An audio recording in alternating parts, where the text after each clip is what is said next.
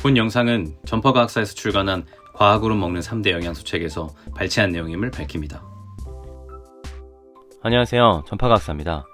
이번 시간엔 동물성 단백질 섭취에 관한 이야기를 해볼까 합니다. 미국에서 진행한 대규모 역학 연구인 간호사 건강연구에 따르면 붉은 고기 섭취가 많을수록 뇌졸중과 심혈관 질환의 위험성이 커지는 것으로 나타났습니다. 그렇다면 정말 동물성 단백질 섭취가 건강에 안 좋은 것일까요? 스웨덴에서 4만 명 이상의 성인 여성을 15년간 추적 관찰한 역학 연구에서 저탄수화물, 고단백 식이가 심혈관 질환 증가와 연관성이 있음을 밝혀졌습니다. 또 미국 아이오와주에서 3만 명에 가까운 성인을 대상으로 15년간 관찰한 다른 역학 연구에서는 동물성 지방, 특히 붉은 고기 섭취와 심혈관 질환 사망률과의 연관성이 확인되었습니다. 연구팀은 1000kcal의 탄수화물을 고기 및 유제품으로 대체할 경우 심혈관 사망률이 1.4배 정도 높아지고 있는 것으로 보고했습니다. 이렇게 적지 않은 역학 연구가 동물성 단백질 섭취와 심혈관 질환의 위험성을 경고하고 있습니다. 하지만 문제는 이것만이 아닙니다. 우리는 음식을 섭취할 때 식품의 형태로 섭취하는 것이지 단백질, 지방, 탄수화물 형태로 먹는 것이 아닙니다. 따라서 고기를 많이 먹으면 지방도 많이 먹게 됩니다. 쉽게 이야기하면 고기를 먹으면 동물성 지방도 함께 먹는다는 이야기입니다. 동물성 단백질보다 포화지방의 위험성이 더 잘 밝혀져 있으므로 당연히 미국에서는 이를 제한하도록 권장하고 있습니다. 동시에 미국이든 한국이든 이미 단백질은 일부 예외를 제외하면 대부분 필요한 만큼 먹고 있다고 볼 수 있습니다. 따라서 미국 심장협회에서는 우리가 필요로 하는 것보다 훨씬 많은 양의 단백질을 섭취하고 있다며 육류 섭취량을 줄이도록 권장하고 있습니다. 또한 육류를 선택할 때 가능한 저지방으로 선택할 것을 권장하고 있죠.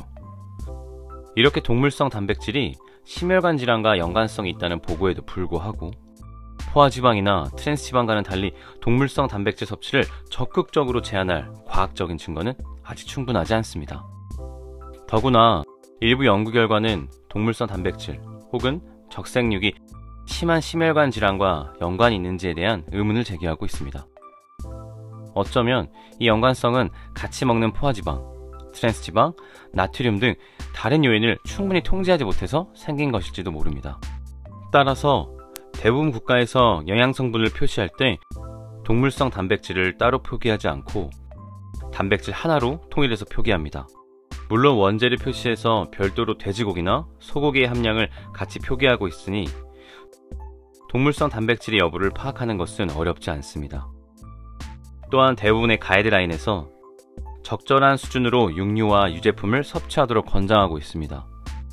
구체적으로 어느 정도가 적당한지는 나라마다 조금 차이가 있을 수 있지만 미 심장협회는 하루 85g의 육류와 생선을 권장하고 있습니다. 이는 컴퓨터 마우스와 비슷한 크기인데 대개의 미국인은 이보다 더 많이 먹는 반면 한국인은 대부분 이보다 적게 섭취한다고 볼 수 있습니다.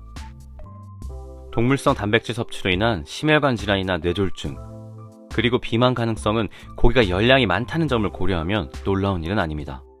열량을 제한하지 않고 배부를 때까지 열량이 높은 고기를 많이 먹는다면 당연히 전체 열량 섭취는 증가합니다. 그러면 자연스럽게 비만과 당뇨는 물론 심혈관 질환의 위험도가 높아지는 것이죠. 건강을 위해서는 적당한 열량을 섭취하고 그에 맞는 열량을 소모하는 것이 중요하다고 다시 한번 강조해도 넘치지 않을 듯합니다. 오늘은 동물성 단백질 섭취의 유해성 유무에 대해 알아보았습니다. 다음 시간엔 더욱 재미있는 과학 콘텐츠로 찾아뵙도록 하겠습니다. 시청해주셔서 감사합니다.